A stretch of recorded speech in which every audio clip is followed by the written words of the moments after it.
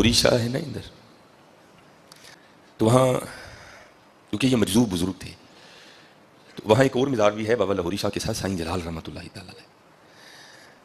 تو یہ جو سائیں جلال تھے نا، یہ بھی دنیا کا عشق کر بیٹھے، عشق مجازی میں گرفتار ہوئے، اور جہاں عشق کر بیٹھے نا وہ گھرانہ ہندو گھرانہ تھا، ہندو لوگ تھے وہ۔ تو کسی دوست نے نا اس کو صلاح دی، اس نے کہا تو اس طرح کر کے تو بابا لاہوری شاہ چلا جا۔ تب بابا لاہوری شاہ حیات تھے، اور حضرت کی عادت تھی کہ آپ اس طرح بیٹھا کرتے تھے۔ بابا لاہوری شاہ اس طرح آنکھیں بند کر کے، جذب کی کیفیت تاری رہتی، آپ اس طرح بیٹھا کرتے تھے۔ کبھی کسی نے آپ کو زمین پر بیٹھے نہیں دیکھا، آنکھیں بند ہیں، جذب کی کیفیت ہے، یار کے عشق میں مگن ہیں، بس آنکھیں اس طرح بند ہیں۔ وہ نا عشق کا مارا سائیں جلال بیچارہ وہ آ گیا۔ اب حضرت بیٹھے تھے اور ولی کا ایک روپ تھا حضرت، ہو کا عالم۔ اب وہ تھوڑا سا دور ہو کے بیٹھا، تھوڑی دیر بعد نا حضرت کی آنکھیں کھلی، جذب کم ہوا، دیکھا تو سامنے بندہ بیٹھا ہے، اس کو اشارہ کر کے کہتے ہیں اوئے ادھر آ۔ وہ تھوڑا سا قریب ہو گیا، اسے پوچھتے ہیں ہاں کیسے آنا ہوا؟ وہ بڑا ڈر کے عرض کرتا ہے حضور وہ دل تھو مجبور ہاں، کتے لگ گیا ہے۔ آپ نے فرمایا کتے لگا ہے؟ عرض کرتا ہے حضور یہ تے مسئلہ ہے لگ ہندوؤں کر گیا ہے، تے حاضر ہو یہاں کو نظر کرم فرماؤ۔ آپ غصے میں آ گئے، آپ نے فرمایا تجھے حیا نہیں آتی؟ مسلمان ہونا، نبی علیہ السلام کا امتی ہونا تو وہ نعمت ہے جو انبیاء نے مانگی، اللہ نے عطا نہیں کی۔ تجھے اللہ نے بھی مانگی عطا کر دی، تو کیا بکواس کر رہا ہے، جا دفعہ ہو جائے یہاں سے۔ تو حضرت نے پھر آنکھیں بند کر لی، لیکن حضرت عشق تھا نا، نہیں گیا بیچارہ، بیٹھا رہا۔ دوسری بار حضرت نے پھر آنکھیں کھولی، دیکھا تو بندہ پھر بیٹھا ہے۔ آپ نے اس کو تھوڑا اور قریب کیا، اور قریب آ گیا۔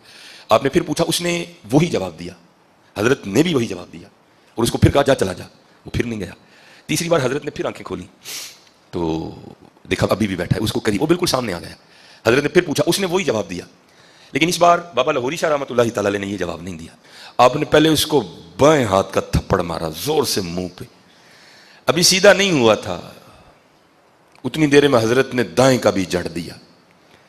بس پھر حضرت کی بھی آنکھیں بند اور اس کی بھی آنکھیں بند، لگ گیا کنیکشن۔ حضرت اتنے میں لگتا ہے، کوئی زیادہ ٹائم تو نہیں لگتا، حضرت کو لگانے والا ہو تو حضرت اتنے میں لگتا ہے۔ پھر حضرت وہ حال ہوتا ہے، سیونی مینو رانجا سدو ہیر نہ آکھو کوئی، رانجا رانجا کر دی میں آپ پہ رانجا ہوئی ہے۔ پھر اپنا حال کس کو یاد رہتا ہے؟ تو اللہ دے بندے ہو، اللہ دا خوف کرو۔ شکر ہے کہ گوروں کو اردو نہیں آتی، پنجابی نہیں آتی، اور آپ کو انگلش نہیں آتی، ورنہ یقین کریں کہ گوروں کو مزاحیہ پروگرام لگانے کی ضرورت ہی نہیں تھی، ہمارے علماء کی صرف تقریر لگا دیتے ہیں۔ ایسے پاسبل ہے؟ تو حالانکہ مجذوب اور قلندر کسے کہا جاتا ہے؟ دیکھو کہ پوچھ رہے ہیں سوال، اور صوفیاء کے ہاں اس کی دلیل کیا ہے؟ قرآن و سنت کی روشنی میں بیان فرما دیں۔ قرآن و سنت کا مجذوب اور کلندر سے کیا لینا دینا؟ کلندر کا تو آپ کو یعنی صوفیاء کی کتابوں کی روشنی میں بتایا جائے گا نا، قرآن و سنت کی روشنی میں پھر ہم آپ کو بتا دیتے ہیں کہ یہ سارا کا سارا فراڈ ہے۔ قرآن و سنت میں سے صرف انہوں نے دلائل چند ایک چیزوں کے پکڑ کے اور اپنا یعنی لقمہ اس کے منہ میں ڈال کے خاکے میں رنگ بھر کے تو ایک پکچر پیش کر دی ہے۔ مجذوب کہتے ہیں جی وہ جذب کی حالت میں چلا جائے، کلندر جس کو ہوش نہیں رہتی اور وہ ایسی ہوش اس کی جاتی ہے کہ وہ ننگے بھی پھیر رہے ہوتے ہیں، ٹھیک ہو رہے ہیں، اور وہ کہتے ہیں جی دیکھیں جی یہ مجذوب ہو چکے ہیں، ان کے اوپر تو شریعت ہی کوئی نہیں ہے نا۔ تو اصل میں وہ پاگل ہو چکے ہوتے ہیں، تو یہ مانتے ہیں وہ کہتے ہیں لیکن یہ اللہ کی محبت میں پاگل ہوئے ہیں۔ اچھا تو جب اللہ کی محبت میں اگر واقعی پاگل ہو گئے پھر ان کو پاگل کہا کرے نا۔ بخاری مسلم میں حدیث ہے کہ 3 لوگوں سے اللہ تعالیٰ نے شریعت کا قلم اٹھا لیا ہے، ایک جو پاگل ہے، دوسرا سویا ہوا شخص، اور تیسرا جو چھوٹا بچہ ہے، اس کے اوپر شرعی گرفت کوئی نہیں۔ تو آپ کہا کریں گے پاگل ہیں، ان پہ شرعی گرفت نہیں ہے، آپ نے شرعی گرفت چھوڑ کے ان کو اپنا بزرگ اور امام مان لیا، جو خود ہی پاگل ہے، اس کو آپ اگر امام وہی بنائے گا جو خود پاگل ہوگا، پاگلوں کے ہی امام پاگل بنے گا نا۔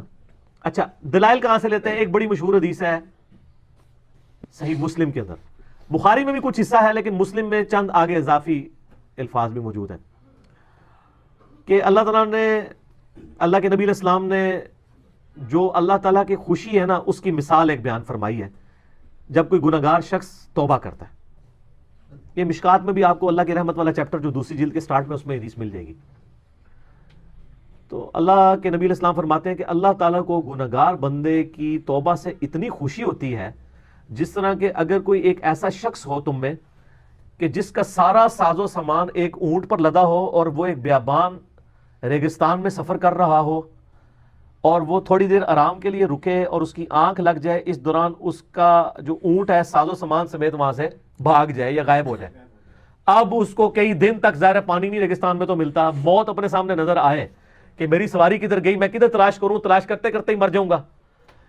اسی دوران وہ پریشانی میں اس کی دوبارہ آنکھ لگے اور جب آنکھ کھلے تو دوبارہ اس کا اونٹ اس کے سامنے ہو، تو اس کو کتنی خوشی ہوگی.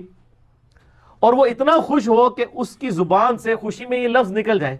کہنا تو وہ یہ چاہ رہا ہے کہ اے اللہ میں تیرا بندہ، تو میرا رب، لیکن اس کی زبان لڑکھڑا جائے اور وہ اس میں الفاظ ہیں کہ وہ خوشی کی شدت کی وجہ سے سلپ آف ٹنگ ہو جائے اور اس کے منہ سے نکل جائے اے اللہ تو میرا بندہ، میں تیرا رب. اور وہ ایک دفعہ ہی نکلا ہے، ظاہر اس کو احساس ہوگا تو فوراً توبہ کرے گا. یہ تو نہیں انل حاق کے نعرے لگاتا رہے گا، وہ ہکا کے نعرے لگاتا رہے گا. اور وہ کہتے ہیں یہ دیکھ لیں جی، وہ اس سے وہ کہتے ہیں مرزوق بھی جو کہتے ہیں نا، اگر وہ اللہ ہونے کا دعویٰ کر دیں تو وہ ان کی زبان کے اوپر تو ٹھیک ہے سر، آپ یہ کہیں کہ ان کی جو زبان پہ جاری ہو رہے ہیں یہ ہے تو کلمات کفر ہے، یہ کہیں نا کفر ہے. اس کے لیے انہوں نے اتنا مشکل لفظ ڈیوائز کیا ہے، شطیحات، ایڈا موٹا لفظ، بزرگوں کی شطیحات ہے. اچھا شطیحات تو چلو یہ مان لیں پرانے صوفیوں میں تھی اللہ کے بارے میں، جو نبی علیہ السلام کی شان میں لوگوں نے گستاخیاں کی ہوئی ہیں، مسئلہ 71B میں نے بتائی ہیں. با خدا دیوانہ باش با محمد ہوشیار، محمد صلی اللہ علیہ وسلم کی شان میں گستاخیاں کرتی ہیں ان لوگوں نے. تو یہ سارا فراڈ ہے جی، مرزوبیت ہو جائے، کلندری ہو جائے. باقی جو بخاری مسلم میں ایک حدیث بھی ہے، نبی علیہ السلام نے فرمایا کہ بعض اللہ کے بندے ایسے ہیں پرانگدہ حال پھرتے ہیں جن کو کوئی پوچھنے والا نہیں ہوتا، غریب لوگ، ان کا لباس بھی اس طرح کا ہوتا ہے، لیکن وہ اگر کسی معاملے میں اللہ پر قسم کھا لیں تو اللہ تعالیٰ ان کی قسم ضرور پوری کرتا ہے. ٹھیک ہے. اور وہ کہتے ہیں دیکھ لیں یہ ہمارے بھی یہ اس میں حضور نے تو کیا ننگے پھر رہے ہوتے ہیں، ننگے کے تو الفاظ ہی نہیں ہے. پرانگدہ حال یعنی اتنے غریب ہیں کہ ان کے پاس سر پہ رکھنے کے لیے پگڑی والے کپڑے بھی موجود نہیں ہیں. ٹھیک ہے. اور وہ یہ لوگ نہیں ہیں جن کو آپ ذرا نماز آپ سنیں تو وہ نہیں پتا، نماز تو چھوڑ دیں، آپ مغرب کی رکھتے پوچھ لیں تو وہ نہیں بتا سکتے. کوئی کلپ چڑھا ہوا ہے نا کرن شاہ صاحب دا، مغرب کی رکھتے نہیں ان کو پتا. ان لوگوں کے بارے میں تو ان کے بارے میں نہیں ہے. بخاری و مسلم میں حدیث ہے، نبی صلی اللہ علیہ وسلم کے سامنے سے ایک شخص گزرا، صحابہ سے آپ نے پوچھا اس کے بارے میں تمہارا کیا خیال ہے؟ کہا کہ اس سے زیادہ تو معزز شخص ہی کوئی نہیں ہے، یہ کسی دروازے پہ رشتہ مانگے تو لوگ رشتہ دے دیں، کسی کی سفارش کرے تو لوگ اس کی سفارش قبول کر لیں. تھوڑی دیر بعد ایک غریب سا صحابی وہاں سے گزرا، وہ بھی صحابی تھا جو پہلے گزرا، کافر نہیں تھا، جس کے جسم پہ کپڑے بھی بڑے نامنل سے تھے. آپ فرمایا اس کے بارے میں تمہارا کیا خیال ہے؟ کہا یہ جس دروازے پہ جائے دھتکار دیا جائے، کسی سے اس کی بچی کا رشتہ مانگے تو اس کو رشتہ بھی اس کو دینے کے لیے کوئی تیار نہ ہو. تو یہ بڑا اس طرح کا ہے. نبی صلی اللہ علیہ وسلم فرمایا کہ جو پہلے شخص گزرا تھا نا، پوری زمین ان لوگوں سے بھر جائے نا تو اللہ تعالیٰ کو یہ ایک بندہ اس سے بڑھ کے عزیز ہے.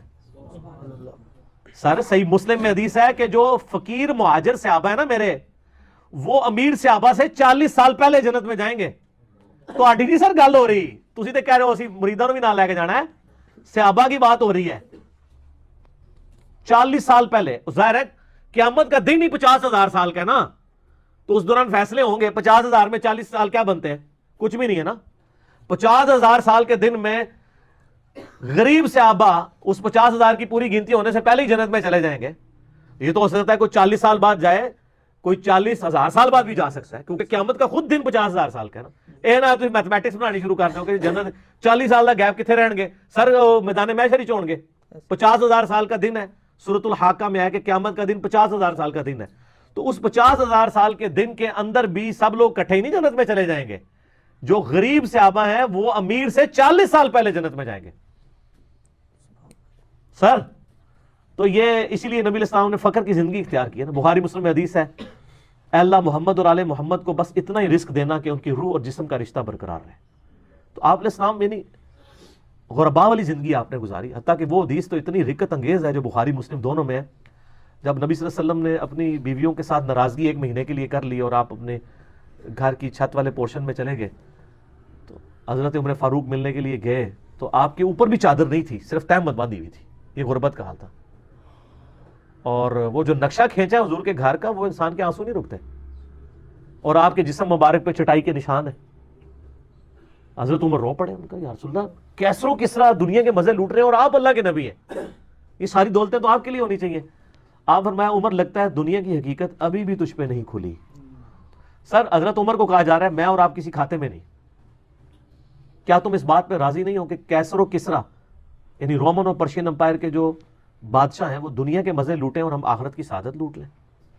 ٹھیک ہے. تو یہ آخرت کے لیے یعنی معاملات کو ادھار رکھا گیا ہے. اور اسی لیے میں نے بتایا تھا نا ایک بخاری میں حدیث ہے کہ وہ عبد الرحمن بن عوف رضی اللہ تعالیٰ عنہ کے سامنے پانی کا پیالہ لایا گیا تو وہ پینے لگے تو رک گئے. اور اس وقت میٹھا پانی بھی ایشو ہوتا تھا. اب دنیا کی سپر پاورز مسلمان بن چکے ہوئے تھے, ان کو اپنا غربت کا وقت یاد آ گیا. انہوں نے کہا کہ ان کو یاد آ گیا کہ حضرت صہیب رومی کو جب ہم دفنانے لگے تھے تو ایک چادر تھی, سر کے اوپر کرتے تھے پاؤں ننگے ہو جاتے تھے, پاؤں کے اوپر کرتے تھے سر ننگا ہو جاتا تھا, پھر ان کے سر کی طرف چادر کر کے پاؤں پہ ہم نے گھاس ڈال کے ان کو دفنایا تھا. ٹھیک ہے.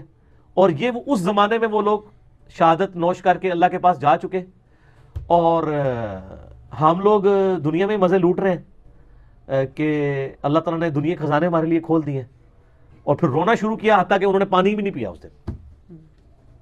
ٹھیک ہے کہ جی, اور پھر ساتھ کہا کہ مجھے ڈر ہے کہیں ایسا نہ ہو کہ اللہ نے دنیا میں ہمیں ساری نعمتیں دی ہوں اور ان کے لیے آخرت رکھی ہو. ٹھیک ہے. تو سر دنیا جس پہ کھل کے آتی تھی نا تو صحابہ تو فوراً پریشان ہو جاتے تھے. تو یہ جو زہد والا پورشن ہے قرآن و سنت کا, یہ کتاب الرقاق چیپٹر 30 جلد میں پڑھے. میں فی البدی درجنوں حدیثیں بیان کر سکتا ہوں. میرا اس کے اوپر مسئلہ نمبر ہے 51, رزق حرام کی مذمت, دنیا پرستی کا انجام اور اس کا علاج. اس میں میں نے 17 حدیث بخاری و مسلم سے اس طرح کی بتائی ہیں. ویسے تو سینکڑوں حدیث آپ کو مشکات کی 30 جلد میں ایک چیپٹر ہے کتاب الرقاق, دل میں رقت اور نرمی سوز و گداز پیدا کرنے والی احادیث. وہ سر آپ حدیثیں پڑھنی شروع کر دیں نا تو بندے کو نیند اڑ جاتی بندے کی. تو وہ یہ ساری چیزیں تھیں. اس کو پکڑ کے مجذوبیت یا تصوف میں یا یہ کہنا کلندر ہوتے ہیں یہ وہ اس طرح کی چیزوں میں, یہ مسٹسزم ایک پیرلل میں ایک ریلیجن ہے جو مسلمانوں کے ہاں صوفیت کے نام پہ پایا جاتا ہے, اور ہندوؤں کے ہاں سادھوؤں کی شکل میں پایا جاتا ہے, اور اسی طریقے سے کرسچنز کے ہاں جو ہے اور جیوز کے ہاں جو ہے وہ راہبوں کی شکل میں پایا جاتا ہے. یہ ہر جگہ موجود ہے.